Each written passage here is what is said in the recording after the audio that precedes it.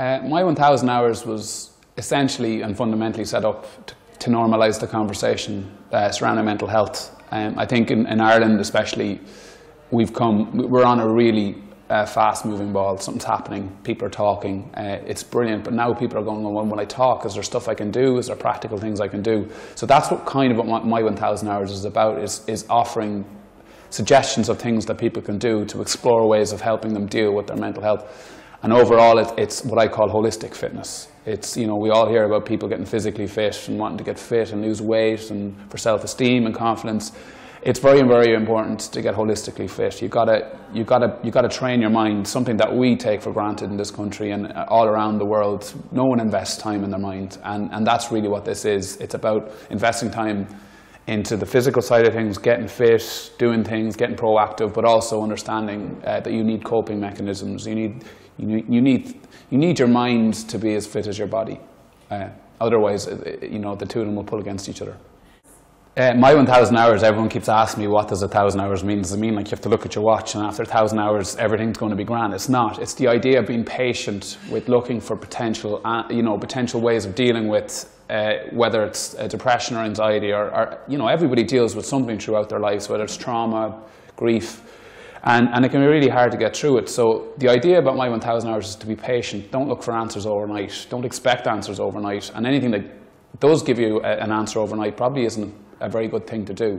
So it's the idea of investing some time in your body and your mind and understanding that there are things you can do. There are coping mechanisms you can learn. And one of the great things that I truly believe in, what's helped me on my personal journey with mental health and depression and anxiety, has been that unbelievably powerful link between physical and mental health. And not just going to the gym once or twice a week, picking a goal, picking something that's outside your comfort zone, picking something that in your head you probably think's impossible, but the reality is it's totally achievable. And I think that's where the payoff comes. And My 1000 Hours is about exploring all these different options that are available to people who want to better their mind. And it's not just for people who have had issues with their mental health. It's for people. Everyone can be better. Everyone can have a better mind. Everyone can be more compassionate to other people. And that's essentially what the goal from this is, about mental fitness. Well, for the My 1000 Hours run in Phoenix Park with the Independent, the most important message that I want to give out is that in your head you might see it as something that's very, very difficult, and we're very aware of that. And that's why we have two different programs. We have programs for people who are only starting and for programs for people who may have ran before. And the programs are designed to not let you get injured, to keep you motivated, to not make you get too tired. All these things, we didn't just slap it onto a page and expect people to do it. There's reasons behind everything, from the strength training to the motivation tips to the physical tips to everything. There's reasoning behind it. So people at home, I don't think people in general give themselves enough credit and aren't compassionate enough to themselves. The first thing most people say is, I could never do that. And I was home over Christmas and I just earmarked 10 or 12 of my mates who I guarantee it, if I say it to them, they won't do it.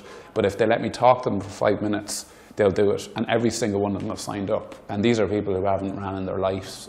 These are people who, to be honest with you, get tired walking up the stairs. I have my mother and father doing it, and they haven't exercised in a long time. You don't have to run it.